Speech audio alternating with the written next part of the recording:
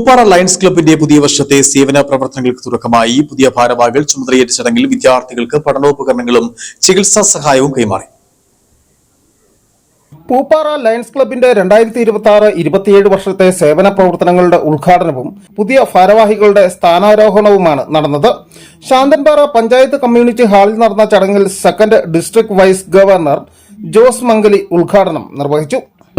അതേപോലെ തന്നെ സംഭാവനകളുണ്ടായ നൽകിയിട്ടുള്ള ഒരു ക്ലബാണ്. അതിന് ഓരോ മേഖലകളിലുള്ള അഭിനന്ദനങ്ങൾ ഡിസ്ട്രിക്റ്റിലൂടെ അഭിനന്ദിക്കുകയാണ്.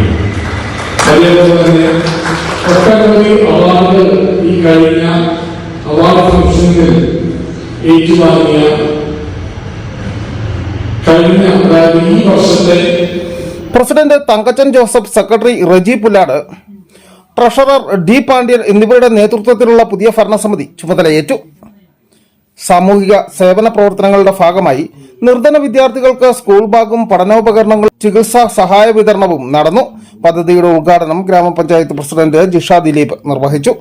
മുൻ പ്രസിഡന്റ് കെ ബി അനിൽകുമാർ, മുൻ സെക്രട്ടറി ഷിബു തോമസ്, മുൻ ട്രഷറർ ഓം പ്രകാശ്, മുൻ ഭാരവാഹികൾ, ഉന്നത വിജയം നേടിയ വിദ്യാർത്ഥികൾ എന്നിവരെ ചടങ്ങിൽ ആദരിച്ചു. District secretary Shainu Sukesh, region chairman Basil T Varghese, zone chairperson Shaji Mathew, Baby Pulpparambil, Basil T Jacob തുടങ്ങിയവർ ആശംസകൾ നേർന്ന് സംസാരിച്ചു. News bureau, Udumbanchola.